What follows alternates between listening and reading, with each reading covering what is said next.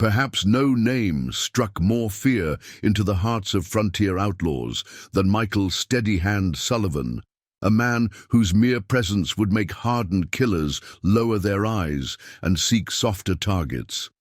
A simple bartender who became an unlikely guardian of Copper Canyon, credited with sending 32 men to their graves, who once quietly stated, "Some men drink to forget their past. I serve drinks to keep others from repeating mine." Join me today as we delve into the story of the man they called the Last Call, the watchful protector of Copper Canyon Saloon, who proved that the deadliest shots are sometimes poured from behind the bar. Before we jump back in, tell us where you're tuning in from, and if this story touches you, make sure you're subscribed, because tomorrow I've saved something extra special for you. Before we dive deeper, tell us where you're tuning in from, and if this story touches you, make sure you're subscribed, because tomorrow we've got something extra special coming your way. Copper Canyon, Arizona Territory, summer of 1875. The town was like many others carved into the unforgiving desert landscape. A dusty main street flanked by sun-bleached buildings where desperation and opportunity danced together beneath the merciless southwestern sun. The Copper Canyon Saloon stood at its heart, a two-story establishment with weather-worn doors that had seen its share of both celebration and sorrow. It was the kind of place where most folks came to escape their troubles, which is exactly why Michael Sullivan chose it. He arrived on a scorching June morning, leading a pack mule loaded with an unusually large collection of glassware and bottles.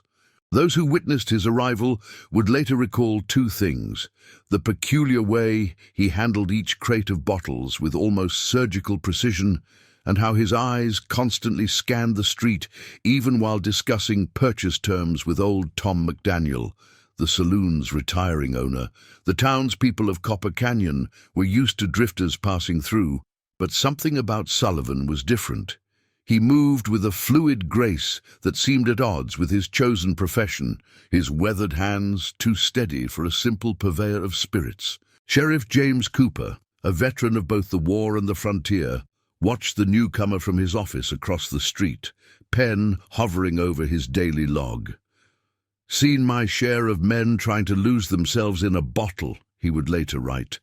"But this fellow, he looked more like a man trying to keep something bottled up."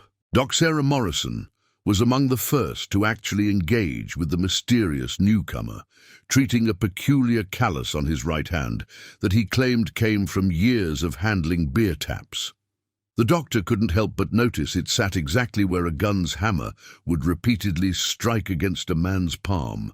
But in Copper Canyon, like many frontier towns, some questions were better left unasked. Within a week, Sullivan had not only purchased the saloon, but transformed it. The bar was repositioned to give a clear view of both entrances. Mirrors were strategically placed to eliminate blind spots, and the new owner developed an uncanny habit of knowing exactly when to cut off a rowdy patron before trouble started. He served drinks with quiet efficiency, spoke only when necessary, and somehow managed to keep the peace without ever raising his voice above the piano's melody. Mary McDaniel, old Tom's daughter who stayed on as a waitress, noticed peculiar details about their new employer. He never drank himself, though he could mix every known cocktail to perfection. His hands never shook, even when serving the roughest crowd, and he had an eerie ability to spot trouble before it started. But it was his eyes that truly set him apart, pale blue and alert, constantly watching, measuring, like a man who'd learned the hard cost of missing the smallest detail.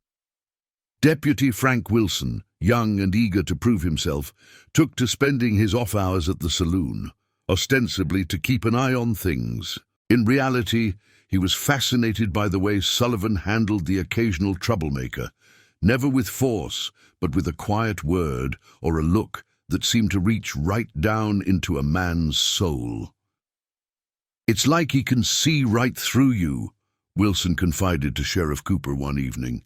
"Know exactly what you're thinking before you think it."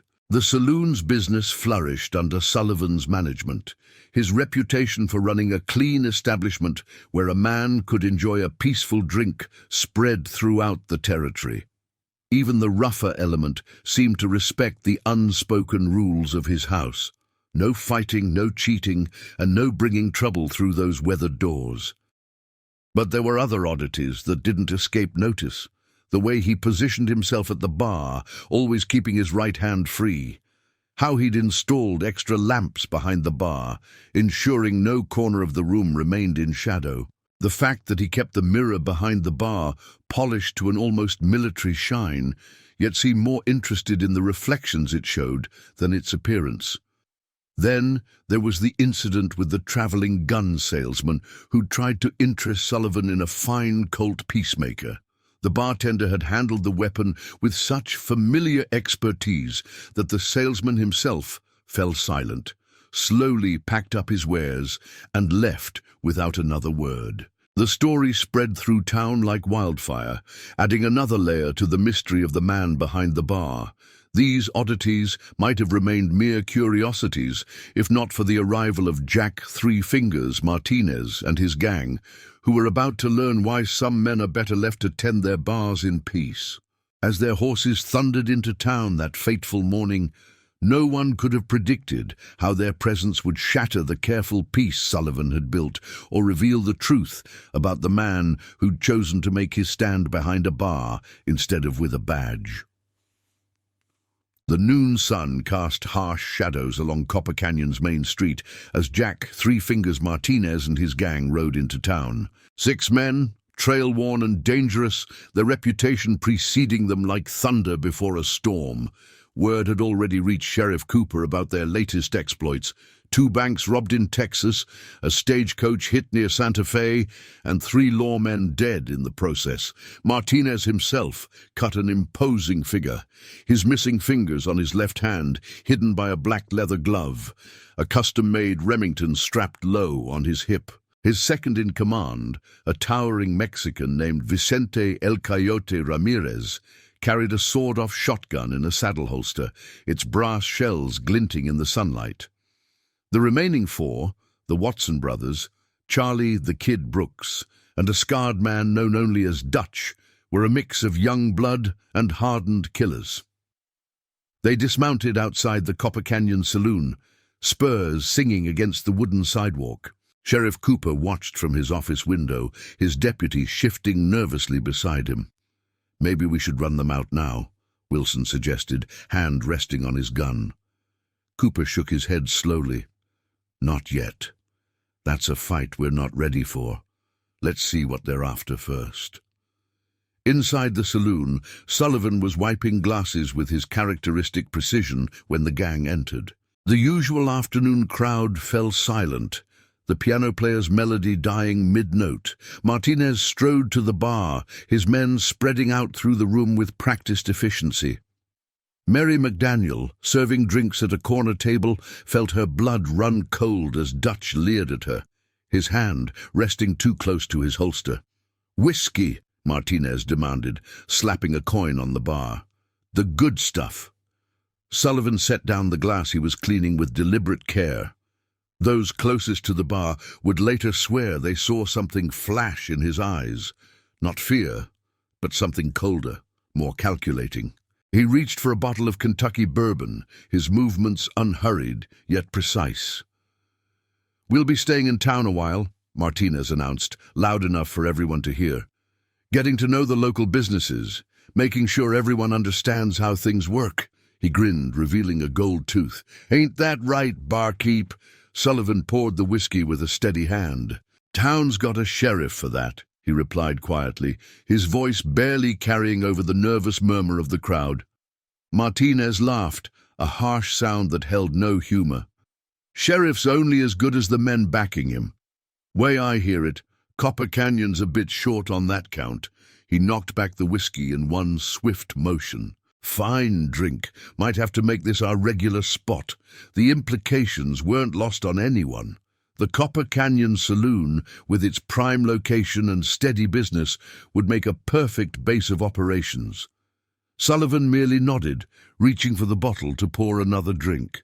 But Mary, watching from across the room, noticed how his other hand remained below the bar, out of sight. "El Jefe!" Ramirez called from near the door. "Lawman's watching." Through the window they could see Sheriff Cooper standing outside his office, making his presence known. Martinez turned back to Sullivan, his voice dropping lower. "Here's how it's going to work, barkeep. You run a nice place. Be a shame if trouble found its way in. But for the right arrangement, my boys and I could make sure nothing unfortunate happens." Sullivan set down the bottle with careful precision. "Everything in this saloon," he said softly, "is already arranged exactly how I like it. Something in his tone made Martinez pause. The outlaw studied the bartender more carefully now, noting the way he stood, the perfect stillness of his hands. Even Dutch, still eyeing Mary, felt a change in the air, like the pressure drop before a violent storm. "Careful, friend," Martinez warned, his hand drifting closer to his Remington. "Man in your position ought to be more flexible." "I've found," Sullivan replied, his blue eyes meeting Martinez's gaze directly for the first time, "that flexibility often leads to breaking." There was something in those eyes that made Martinez's trigger finger twitch, a depth of experience that had no business being behind a bar. The tension stretched like a drawn wire until Charlie Brooks, young and reckless, decided to make his mark. He grabbed a bottle from a nearby table, shoving its owner to the floor. "Think I'll help myself," he sneered, raising the bottle to his lips. What happened next would be retold in a dozen different ways by those present. Some swore Sullivan never moved at all, that the bottle simply exploded in Brooks's hand. Others insisted they saw the bartender's arm move, just once, with serpentine speed. Either way, the result was the same. Brooks stood there, mouth agape, holding nothing but the bottle's neck, its contents dripping down his chest. "House policy," Sullivan said into the stunned silence. "No drinking from the bottle." Martinez's laugh broke the tension, but it didn't reach his eyes.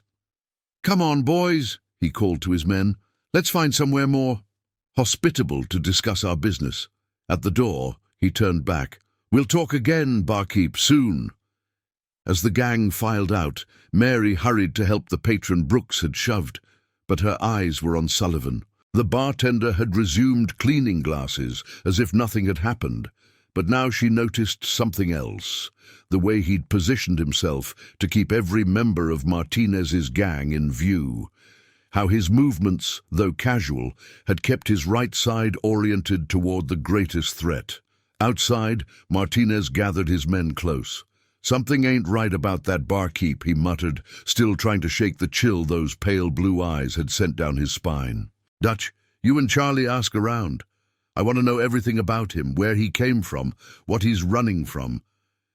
He glanced back at the saloon. No man tends bar like that unless he's hiding something. If they'd looked back through the window at that moment, they might have seen Sullivan watching their reflection in his carefully polished mirror, his expression as unreadable as ever. But there was something else there now, a familiar tension in his shoulders, the kind that comes from years of waiting for the right moment to strike. The next few days in Copper Canyon brought an uneasy calm, like the stillness before a thunderstorm.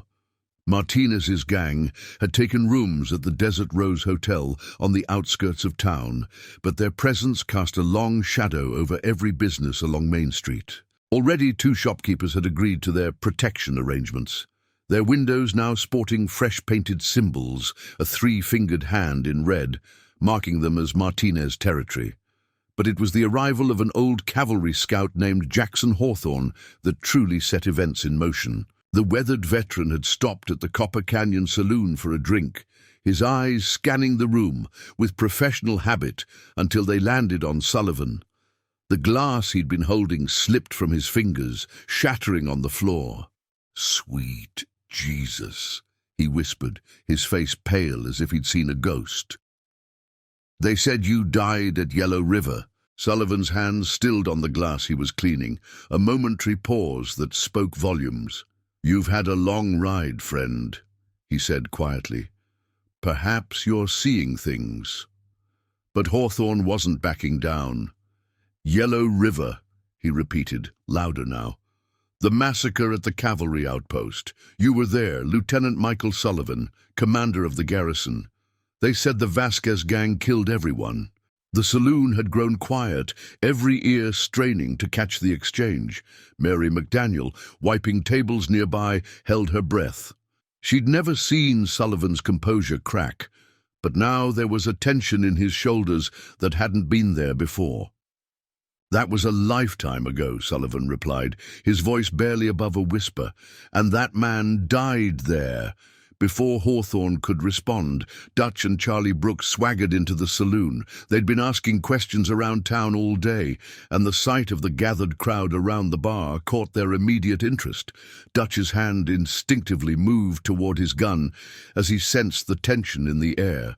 "Well, well," Charlie grinned, his previous humiliation still fresh in his mind. "What's got everyone so interested?"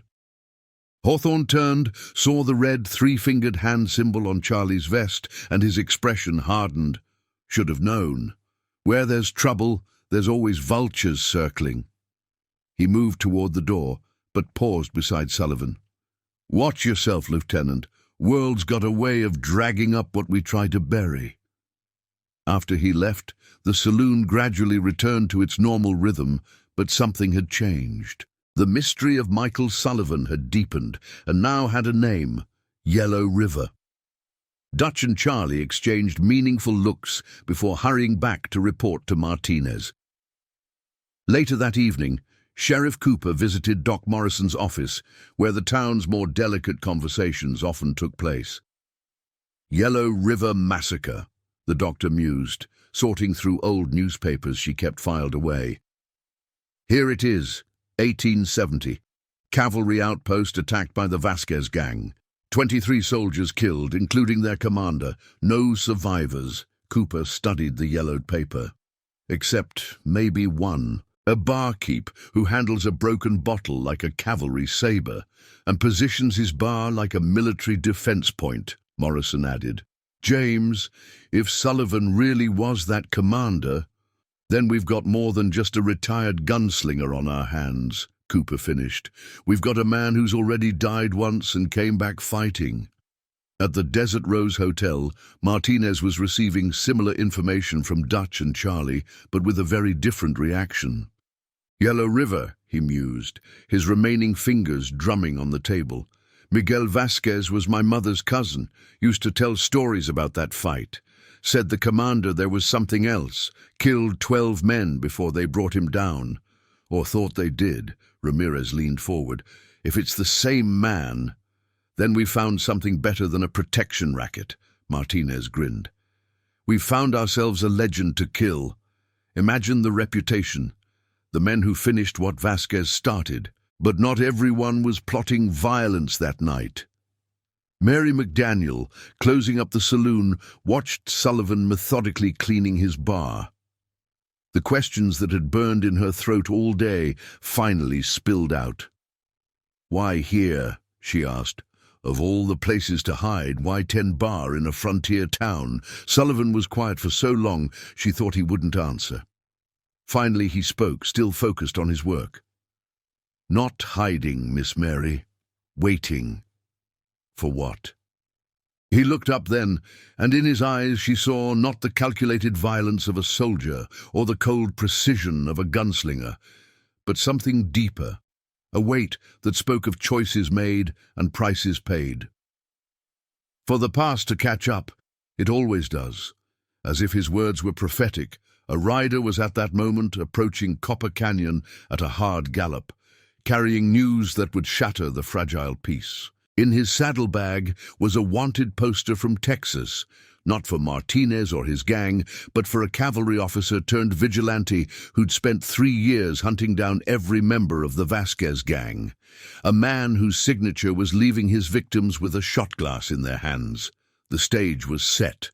The ghost of Yellow River was about to meet the demons of his past, and Copper Canyon would never be the same.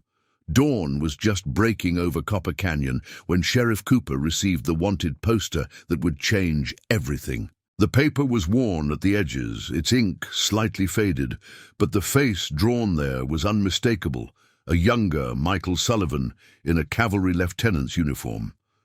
The text below told a story that made the sheriff's blood run cold. Wanted for questioning, in connection with the deaths of 17 men across 3 territories. Victims found with signature shot glass placement. Suspected vigilante actions against former members of the Vasquez gang. Cooper sat in his office, studying the poster as Doc Morrison read it over his shoulder. 17 men, she whispered, all former Vasquez gang members. All found with a shot glass in their hands, Cooper added. Like a bartender's calling card, the morning brought more than just revelations. 3 riders approached from the east, dust trailing behind their horses like copper clouds in the rising sun. Leading them was U.S. Marshal Daniel Wade, a man whose reputation for tracking fugitives was matched only by his dedication to the law. At his side rode Tom Lightning Carson, the fastest gun in the New Mexico Territory, and a young deputy named Sarah Hawkins, who carried herself with the same deadly grace as the man they were hunting. Martinez's lookout spotted them first, sending Charlie Brooks running to the Desert Rose Hotel with the news. The gang leader received it with an unsettling smile, his 3-fingered hand caressing his Remington. Perfect timing, he said, looking at Ramirez. Send word to the others. Tonight we remind everyone why the Vasquez name still carries weight in these territories. At the saloon, Sullivan was already aware of the changing winds. Mary watched him methodically, checking sight lines in his mirrors, adjusting bottles to better reflect different angles of the room. But there was something different about his movements today, a fluid precision that seemed more suited to a dance of death than serving drinks. More trouble coming? She asked, though she already knew the answer. Sullivan's lips tightened almost imperceptibly. Stay at your father's tonight, Miss Mary. Some debts can only be paid in blood. The marshal's party made their way to Cooper's office, their arrival drawing curious onlookers. Wade's weathered face showed no emotion as he pinned another wanted poster to the sheriff's wall, this one offering details about the Yellow River massacre that hadn't been in the papers.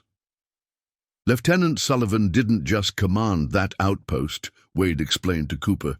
He was investigating corruption in the cavalry's supply lines, found evidence linking the Vasquez gang to several officers who were selling information and ammunition.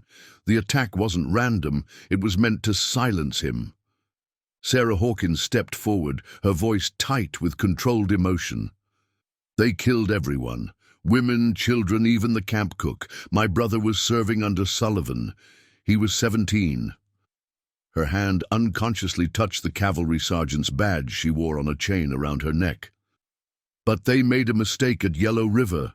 They left one man alive, and that man spent the next 3 years hunting them down, Lightning Carson added, his quick eyes constantly scanning the street through the office window. Professional work. Clean, each target found with a shot glass in their hand, a drink for the dead of Yellow River. Cooper absorbed this information, his mind racing. And now Martinez's gang is here. Any connection? Martinez's mother was a Vasquez, Wade confirmed. Word is, he's looking to rebuild the family's reputation. What better way than to finish what they started at Yellow River? Outside, the town was transforming. Shopkeepers closed early, boarding windows and hurrying home. Those who had to venture out walked quickly, eyes darting between the saloon and the Desert Rose Hotel, like prey animals watching 2 predators circle each other. In his room above the saloon, Sullivan methodically cleaned his Colt Navy revolver, not the weapon of a cavalry officer, but one he'd taken from the man who'd shot him at Yellow River. The irony of using it to serve justice wasn't lost on him. A knock at his door revealed Doc Morrison, her medical bag in hand. Came to check on that old wound, she said matter-of-factly. "The one that's about to get you into trouble." Sullivan allowed himself a small smile as he let her in. The doctor had treated enough gunshot wounds to recognize one even years old. As she examined the scar on his left side, her professional demeanor cracked slightly. "Most men got shot like this wouldn't have survived," she said quietly. "Most men wouldn't have had a reason to," he replied, his voice distant with memory. "But dying at Yellow River taught me something important, Doc. Death isn't the end. It's just a change of profession." The day wore on, tension building like heat before a desert storm. Marshal Wade and his deputies took up positions around town, while Martinez's men began gathering at the Desert Rose. The gang had grown. More riders had arrived throughout the day, drawn by the promise of action and the chance to be part of a legend's fall. Mary, despite Sullivan's warning, refused to leave the saloon. "This is my home too," she told him firmly. "And if you're making a stand here, you're not doing it alone." As sunset painted the sky in shades of blood and gold, Sullivan made one final preparation. He lined up 17 shot glasses along his bar, each one meticulously cleaned and positioned. When Doc Morrison saw them, she understood. One for each of the Vasquez gang members he'd hunted down. "Planning to add a few more to that collection?" she asked. Sullivan's eyes never left the mirror, where he could see Martinez's men beginning to move into position outside. "No," he said softly. "Tonight's not about vengeance. It's about finishing what started at Yellow River. Sometimes the past doesn't just catch up, it comes full circle." The stage was set. In 1 hour the sun would set on Copper Canyon, and the true story of the ghost of Yellow River would be written in blood and broken glass. Night settled over Copper Canyon like a funeral shroud, broken only by the warm glow spilling from the saloon's windows. The evening brought an unnatural quiet, no piano music, no carousing, just the occasional sound of boot heels on wooden planks as Martinez's men took their positions. Marshal Wade, watching from the shadowed doorway of the general store, counted at least 15 gunmen surrounding the saloon. Inside, Sullivan moved with the same deliberate efficiency he'd shown every night for the past months, but now each movement carried a different weight. The 17 shot glasses gleamed in the lamplight, arranged with military precision along the bar. Mary McDaniel found herself counting them repeatedly, each one representing a life taken, a piece of vengeance executed in the name of Yellow River's dead. "You should go now, Miss Mary," Sullivan said softly, adjusting a mirror for the 100th time. What's coming isn't meant for gentle eyes, but Mary stood her ground, loading her father's old shotgun with steady hands. "My eyes stopped being gentle the day I was born in these territories," she replied. "Besides, someone needs to watch the back door." A ghost of a smile touched Sullivan's lips. "Your father would be proud." He paused, then added more quietly, "Just like I was proud of your brother at Yellow River." Mary's hands stilled on the shotgun. "What?" "Private Thomas McDaniel. Best young scout I ever commanded. He's the one who first spotted something wrong with the supply manifests. Helped me uncover the whole corruption scheme." Sullivan's eyes met hers in the mirror. "He died protecting the women and children, bought them enough time to—" The saloon doors swung open, cutting off his words. Jack Martinez strode in, flanked by Ramirez and Dutch, with Charlie Brooks nervously bringing up the rear. The rest of their men waited outside, guns ready. "Evening, Lieutenant," Martinez called out, emphasizing the rank with mocking respect. "Or do you prefer barkeep these days?" Sullivan continued wiping a glass, his movements unhurried. "We're closed, Mr. Martinez. Private function tonight." Marshal Wade, watching through a window, muttered to Lightning Carson, "Man's either fearless or crazy." Carson shook his head slowly. "Neither. He's just been here before." Martinez approached the bar, his spurs ringing on the wooden floor. His eyes fell on the line of shot glasses, and a cruel smile spread across his face. 17 glasses, one for each of my uncle's men you hunted down. That's quite a collection. Not a collection, Sullivan corrected quietly. A reminder. Of what? That some debts can only be paid in full measure. Sullivan set down his cleaning cloth with precise care. Like the debt your family owes for Yellow River. Martinez's face darkened. The only debt here is the one you owe the Vasquez name. My Uncle Miguel should have made sure you were dead that day. Your Uncle Miguel died crying, Sullivan replied, his voice still soft, but carrying to every corner of the room. Shot glass in his hand, begging for mercy, just like every other man who was at Yellow River. The words hung in the air like gun smoke. Dutch's hand twitched toward his holster, but Martinez held up his three-fingered hand, stopping him. You know why we're really here, don't you, Lieutenant? It's not just about family honor, it's about sending a message. No one crosses the Vasquez name and lives to tell about it, even if it takes years to collect. Funny, Sullivan said, reaching below the bar. I was about to say the same thing. He placed a final shot glass on the bar, a distinctive piece of crystal that caught the lamplight like a diamond. Recognize this? It was your uncle's favorite glass. Seemed fitting to save it for last. The tension in the room reached a breaking point. Outside, Marshal Wade and his deputies readied themselves, while Sheriff Cooper and his men moved into position. Sarah Hawkins, her brother's cavalry badge glinting at her throat, took careful aim at the saloon's side window. Martinez's face had gone pale with rage. You really think you can take us all, barkeep?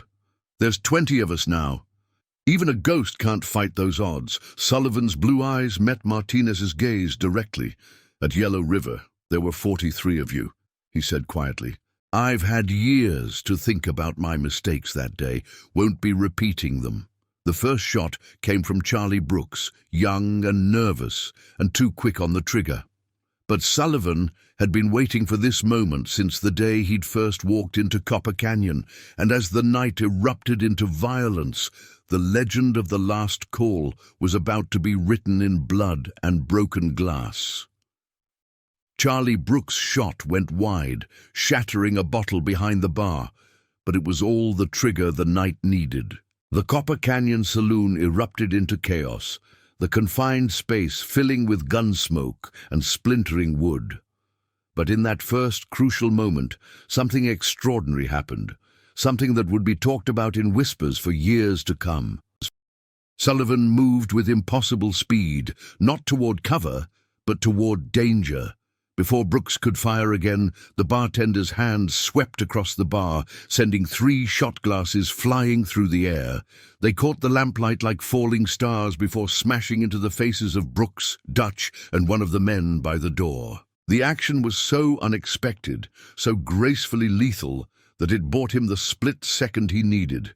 His Colt Navy revolver seemed to materialize in his hand, its blued steel dark against the polished wood of the bar. 2 shots rang out, so close together they sounded like a single report. Dutch and Brooks went down, their own shots going wild. Martinez dove behind an overturned table as Ramirez brought up his sawed-off shotgun, but Sullivan was already moving. "Mary!" he called out, his voice cutting through the chaos. "Like we practiced!" Mary McDaniel didn't hesitate. She kicked over the prepared rope and pulley system they'd rigged days ago, dropping the heavy canvas awning outside the windows. 3 of Martinez's men who'd been about to fire through the glass found themselves tangled in the falling fabric, their shots harmlessly embedding in the ceiling. Outside, Marshal Wade's voice boomed through the night. "This is a federal marshal. Throw down your weapons." His only answer was a volley of gunfire from Martinez's reinforcements, who'd taken positions in the abandoned buildings across the street. Lightning Carson lived up to his name, his gun seeming to fire before anyone saw him draw. 2 of Martinez's men fell before they could reach better cover. Sarah Hawkins, channeling years of rage over her brother's death, methodically picked off anyone trying to flank the saloon's rear entrance. Inside, the battle took on an almost surreal quality. Sullivan moved like a man who'd choreographed every step, using the bar's layout he knew so intimately to his advantage. The strategically placed mirrors that had seemed like mere peculiarities now proved their worth, allowing him to track movement throughout the room without exposing himself. "My uncle should have burned that outpost to the ground with you in it," Martinez shouted, firing blindly over his makeshift barricade. "He tried," Sullivan replied calmly, sliding another shot glass down the bar. It crashed near Martinez's position, causing him to flinch back from the spray of glass. The distraction cost him. Ramirez, trying to circle behind the bar, caught one of Sullivan's bullets in the shoulder and went down hard. Mary proved herself her father's daughter, wielding the shotgun with grim determination. When two men tried to rush in through the kitchen, they found themselves facing both barrels. The blast took one off his feet completely. The other scrambled back the way he'd come. Outside, the battle spread across Main Street. Sheriff Cooper and his deputy coordinated with Wade's team, gradually tightening the noose around the saloon. But Martinez had planned well. Reinforcements arrived from the Desert Rose Hotel, forcing the lawmen to divide their attention. "Just like Yellow River," Martinez called out, trying to rattle Sullivan. "How many innocent people died because of your meddling then? How many will die tonight?" Sullivan's response was typically measured. 3 precise shots that splintered the table leg beside Martinez, sending the outlaw sprawling. "Difference is," he said quietly, though his voice carried in a sudden lull, "this time I chose the battlefield." As if to emphasize his point, Sullivan reached beneath the bar and pulled a lever. The floor beneath 2 of Martinez's men suddenly gave way, a trapdoor they'd never noticed, dropping them into the cellar below. The sound of their cursing was cut short by the cellar door slamming shut. "You really think this changes anything?" Martinez snarled, his composure cracking. "The Vasquez name still carries weight. There'll be others after me." "No," Sullivan replied, and something in his tone made everyone in the room pause. "There won't be." He placed Miguel Vasquez's crystal shot glass on the bar with deliberate care. "Your uncle was the last of the old guard. You're the last of the new. After tonight, the only thing the Vasquez name will be is a cautionary tale." Martinez's response was a desperate rush, firing as he came. But Sullivan had been waiting for this moment for 3 years. His first shot took Martinez's gun hand, sending the Remington spinning away. The second caught him in the leg, dropping him to his knees in front of the bar. The third never came. Instead, Sullivan picked up the crystal shot glass. "This is for Yellow River," he said softly, and in one smooth motion, he brought the glass down on Martinez's head with exactly the right force to shatter it without killing him. The gang leader crumpled, unconscious but alive, as the last echoes of gunfire faded outside. The silence that followed seemed to ring louder than the battle. Through the haze of gunsmoke, Mary saw Sullivan checking Martinez's pulse with the same precision he used to pour drinks. Satisfied the man would live, he began methodically collecting the scattered shot glasses, those that hadn't been broken, and returning them to their places on the bar. "Why keep him alive?" Mary asked, still holding her shotgun ready as Marshal Wade and his deputies began securing the scene. "After everything his family did?" Sullivan's eyes held that familiar, distant look. "Dead men tell no stories," he said quietly. "But a living witness? He'll spend years in prison, telling everyone how the ghost of Yellow River runs a saloon in Copper Canyon. Sometimes the best revenge isn't killing a legend, it's becoming one."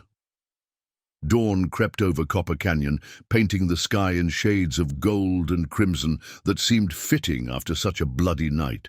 Doc Morrison had transformed the saloon's back room into a makeshift hospital, treating wounds from both sides with the same professional detachment. The final tally told its own story. 6 of Martinez's men dead, 8 wounded, the rest in custody. Among the townspeople and lawmen, there were only minor injuries, a testament to Sullivan's careful planning. The bar itself bore the scars of the battle, bullet holes riddling the walls, broken glass crunching underfoot, the acrid smell of gun smoke still hanging in the air. But Sullivan, true to form, was already cleaning, his methodical movements unchanged from any other morning. The only difference was the badge now pinned to his vest. Marshal Wade had insisted on making him a deputy U.S. Marshal on the spot. "Never seen anything like it," Wade told Sheriff Cooper as they watched Sullivan work. "Man turned an entire saloon into a tactical advantage, used every bottle, every mirror, every floorboard as a weapon." "He didn't just survive Yellow River," Sarah Hawkins added, her brother's cavalry badge still gleaming at her throat. "He learned from it, made sure he'd never be caught unprepared again." Mary McDaniel, helping Sullivan clean despite his protests, found the carefully hidden preparations now revealed by the battle. The reinforced panels behind seemingly decorative wood, the subtle changes in floor level that had given defenders better angles, even the way the bottles had been arranged to create deadly missile weapons when broken.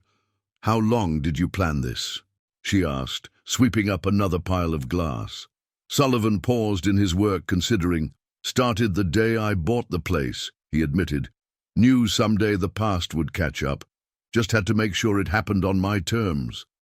Lightning Carson, who'd stayed to help escort the prisoners, shook his head in admiration. "Most men running from something choose a cave or a mountain hideout. You chose the most public place in town." "Wasn't running," Sullivan corrected quietly. "Was building something. A place where good people could gather without fear, seemed worth protecting." Doc Morrison emerged from the back room, wiping her hands. "Martinez is stabilized. He'll live to face trial, though that hand will never hold a gun again." She fixed Sullivan with a knowing look. "Almost like you planned it that way." Sullivan's response was interrupted by the arrival of Jackson Hawthorne, the cavalry scout whose recognition had started everything. The weathered veteran surveyed the aftermath with professional appreciation. "Yellow River's been avenged," he said simply. "Those who died there can rest easier now." "Not about vengeance," Sullivan replied, arranging the surviving shot glasses, now numbering exactly 18, in their precise line along the bar. "About making sure it never happens again. Some lessons need to be taught more than once." Throughout the day, more details emerged. Marshal Wade's investigation revealed that Martinez's gang had been planning something bigger than mere revenge.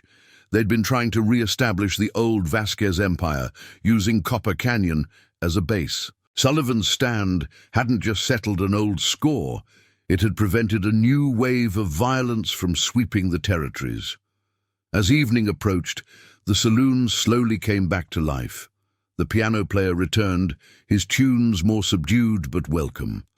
Regular patrons filtered in, each pausing to examine the battle damage with quiet reverence. The story was already growing in the telling, how a simple bartender had outmaneuvered a small army, how the ghost of Yellow River had finally found peace behind a bar instead of a badge.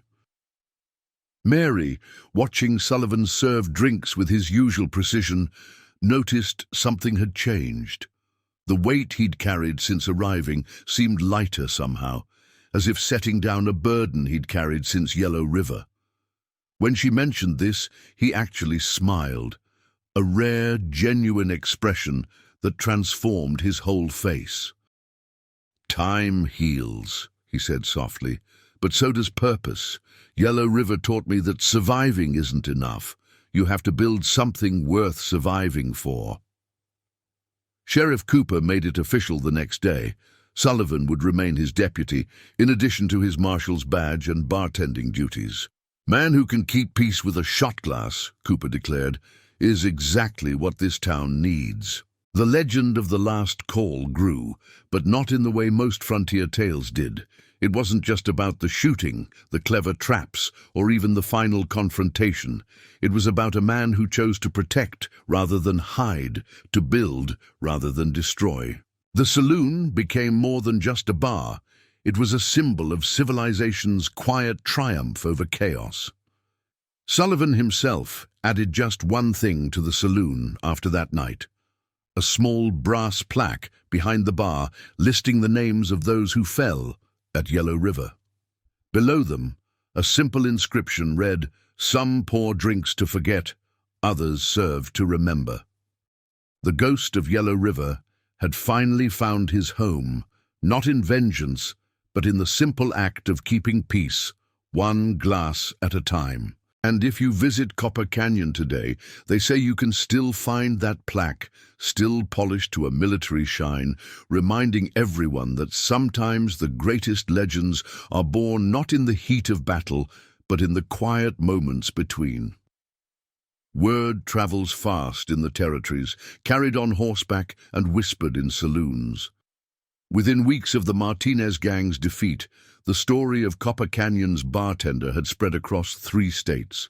Each telling added new details, some true, some embellished, but all painting the picture of a man who turned a simple saloon into an unlikely fortress of justice. The trial of Jack Martinez became something of a sensation. Reporters from as far as San Francisco came to hear him testify about the night he faced the ghost of Yellow River. His account, though bitter, added fuel to the growing legend. "He wasn't just waiting for us," Martinez told the packed courtroom. "He'd been waiting for years, turning every bottle into a weapon, every mirror into an eye. Man didn't run a saloon, he built a trap and called it one."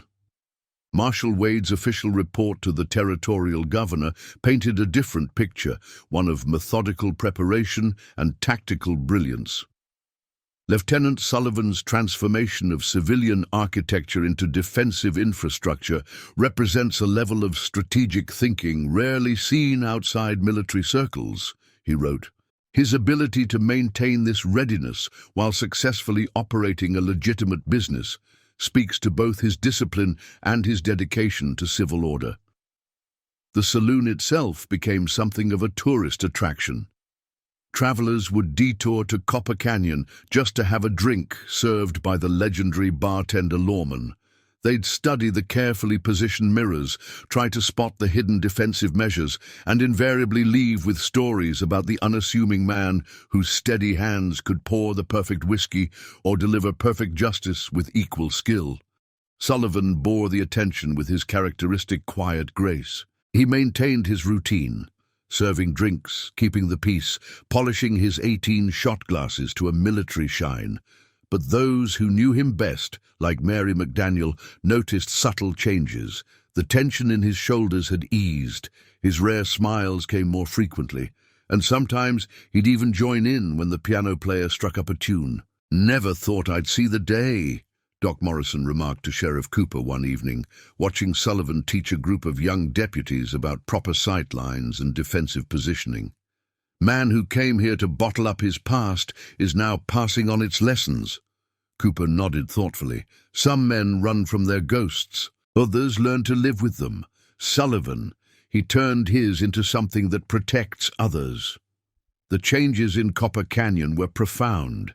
The town's reputation grew, not as another wild frontier settlement, but as a place where civilization was taking real root.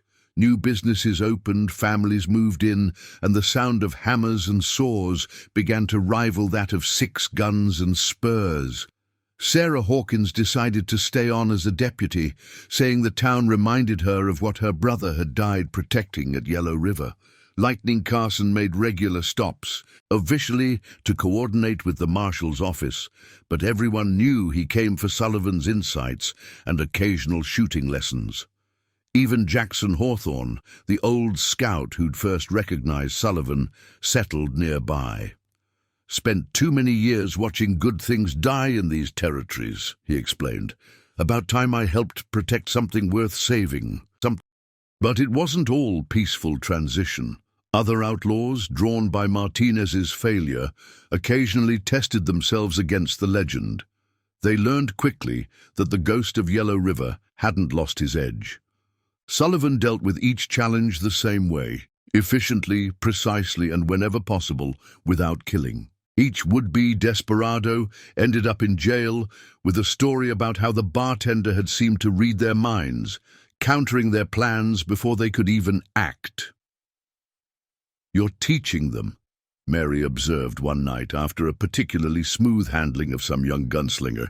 "Every time you take one down without killing them, you're showing there's another way." Sullivan allowed himself a small smile as he polished Miguel Vasquez's crystal shot glass, now restored and displayed prominently behind the bar. "Yellow River taught me the cost of violence," he said quietly. "Figured it was time to teach its value as a last resort." 1 year to the day after the Martinez gang's defeat, Sullivan added something new to his bar, a chessboard set up in the corner where he could watch the whole room. "Man ought to study strategy in times of peace," he explained to curious patrons. "Keeps the mind sharp for when peace ends." Those who knew him best understood the deeper meaning. The ghost of Yellow River hadn't retired. He'd evolved. The lessons learned in blood and fire were now being passed on through quieter means, preparing the next generation to stand against the darkness. As Copper Canyon grew into a proper city, the legend of the last call grew with it. But it wasn't just a story of vengeance satisfied or justice served. It became something rarer in the territories, a tale of redemption, of a man who'd walked through hell and come back determined to build heaven, one peaceful drink at a time. Sullivan still keeps his vigil behind that bar, his eyes forever watching the mirrors, his hands steady on bottle or revolver as needed. The ghost of Yellow River found more than revenge in Copper Canyon. He found purpose, and in doing so, he proved that some legends don't need to die to find peace. Sometimes, they just need to find the right place to call home. Join us again tomorrow, where we'll bring you another remarkable tale from the untamed territories, where legends were born in blood, but sometimes found their true calling in the most unexpected places. Winter came early to Copper Canyon that year, bringing bitter winds and long nights. The saloon's warm glow became a beacon in the growing darkness, drawing both travelers and townspeople seeking refuge from the cold. But with the changing season came whispers of a new threat, one that would test Sullivan in ways the Martinez gang never could. The first warning arrived with a stagecoach passenger, a former army captain named William Thorne, who recognized Sullivan immediately. The recognition wasn't mutual, but the captain's next words froze the entire saloon. "Lieutenant General Harrison sends his regards." Sullivan's hand stilled on the glass he was cleaning, a pause so slight only Mary noticed it. The name seemed to drop the temperature in the room by 10 degrees. Those who had been there during the Martinez incident recognized the signs, the subtle shift in Sullivan's stance, the way his eyes checked the mirrors with increased frequency. "Harrison," Sarah Hawkins whispered to Sheriff Cooper later that evening. He was one of the officers Sullivan was investigating before Yellow River, the one who got away. Cooper's face darkened, the one who sold out the outpost's location to the Vasquez gang. The pieces of an old puzzle were finally falling into place. Lieutenant General James Harrison had risen through the ranks after the war, building a reputation as a businessman and political force in the territories. But those who looked closer saw a pattern of corruption, of deals with outlaws and disappeared witnesses. He'd been the mastermind behind the Yellow River massacre, using the Vasquez gang as his instruments while keeping his own hands clean. "Why now?" Mary asked Sullivan that night as they closed up. "After all this time?" Sullivan studied his reflection in the polished bar. "Martinez's trial," he said quietly. Harrison's name came up in testimony. Not enough to prove anything, but enough to make him nervous. He arranged the 18 shot glasses in their usual line. A man like that can't rest easy, knowing there's a living witness to his past. The next few days brought subtle changes to Copper Canyon. Strangers began appearing in town, hard-eyed men who carried themselves like soldiers but avoided the saloon. They took rooms at various boarding houses, watching, waiting. Marshal Wade's sources reported unusual activity all across the territory, private armies being assembled, old military connections being called in. Harrison's not just sending thugs, Lightning Carson observed, having ridden in to warn Sullivan. He's building an army, professional soldiers, mercenaries, men who fought in the war. This won't be like Martinez's gang. Sullivan absorbed this information with his usual calm, but those who knew him saw the strategic mind working behind those pale blue eyes. "Time to make some preparations," he said simply. The preparations proved to be anything but simple. Sullivan began training the townspeople in military-style defense tactics, turning shopkeepers and farmers into a coordinated force. The saloon underwent subtle modifications: new mirrors, reinforced walls, hidden caches of weapons and ammunition. Doc Morrison, watching Sullivan drill the volunteers in combat medicine, finally asked the question everyone was thinking. Why not just leave? Find another town? Another fresh start? Sullivan's response was characteristic. Some men spend their lives running from shadows, others stay and turn on the lights. He checked the action on his Colt. Besides, Harrison won't stop with me. Man like that, once he starts erasing his past, he'll burn down anything that might cast a shadow on his future. The truth of those words became clear when word arrived of 3 other towns that had burned mysteriously, places where people might have known about Harrison's connection to Yellow River. The general was systematically eliminating every trace of his past crimes. Mary found Sullivan in the saloon's cellar one evening, examining an old cavalry map of the territory. "You knew this was coming," she said. "It wasn't a question. Since the day I bought this place," he admitted. "Knew eventually I'd have to face the man who really killed Yellow River. Martinez and his gang were just the weapons. Harrison was the hand that aimed them. And now?" Sullivan traced a route on the map with his finger. "Now we remind him why some weapons bite the hand that holds them." As if to punctuate his words, a rider arrived at full gallop, bringing news that would set the next phase of the conflict in motion. Harrison himself was coming to Copper Canyon, leading a force of 50 men. But unlike Martinez's gang, these weren't common outlaws. They were trained soldiers, led by a man who knew both military strategy and the dark arts of corruption. The ghost of Yellow River was about to face his greatest test, not just of skill and courage, but of the very thing that had kept him alive all these years, his ability to turn the past's bitter lessons into tomorrow's survival tools. Dawn broke over Copper Canyon with an eerie calm, the winter sun casting long shadows across freshly fallen snow. Lieutenant General James Harrison's force arrived not with the chaotic thunder of Martinez's gang, but with military precision. 50 men moving in perfect formation, their weapons and tactics a far cry from common outlaws. Sullivan watched their approach from his usual position behind the bar, his 18 shot glasses lined up with military precision.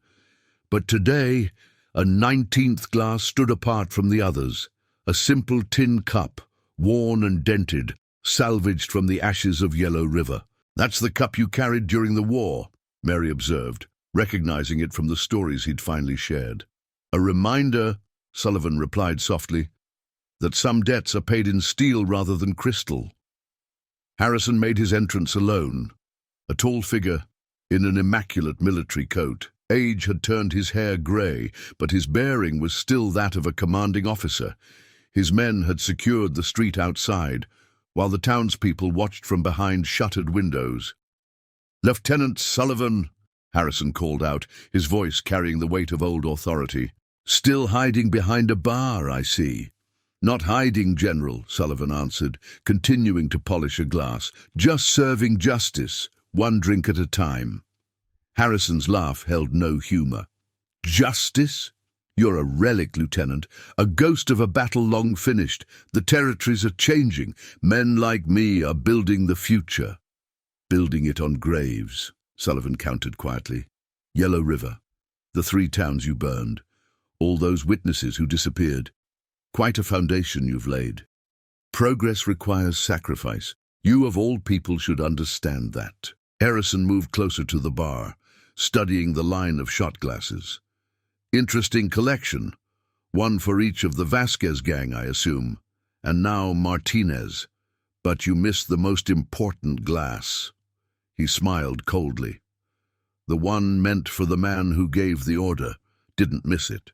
Sullivan set down his cleaning cloth. Been saving it for today. The tension in the room crystallized. Outside, Marshal Wade and his deputies had taken hidden positions, coordinating with the townspeople Sullivan had trained. Sarah Hawkins, her brother's cavalry badge gleaming, waited in the church tower with her rifle. Everything was arranged just as Sullivan had planned. 50 men, Lieutenant, Harrison said softly. All ex-military. Not some ragtag gang you can outmaneuver with parlor tricks. Surrender now, help me clean up this last piece of unfinished business, and I'll make it quick. Sullivan's response was to reach beneath the bar, not for a weapon, but for a leather-bound book. Interesting thing about military men, he said, laying it on the bar. They keep records. Harrison's face went pale as he recognized his own logbook from Yellow River, the one that had gone missing after the massacre, the one containing every detail of his dealings with the Vasquez gang. Took it off your desk that night, Sullivan explained. Right before the attack. Been keeping it safe, adding to it. Every deal you made, every witness you silenced. Even got Martinez's sworn testimony about who really paid for the Yellow River massacre. That's why you stayed so public, Harrison realized. Not hiding at all. You were waiting for me to come to you. Had to make sure justice was witnessed, Sullivan agreed. Not by one man with a grudge, but by an entire town, a territory. Can't burn all those witnesses, General. Can't bury that many stories. Harrison's hand moved toward his gun, but Sullivan's voice stopped him. Look in the mirrors. The general turned slowly, finally noticing what Sullivan had arranged. Every carefully placed mirror in the saloon now revealed a townsperson or lawman in position, weapons trained on Harrison's men outside. The entire town had become part of Sullivan's final trap.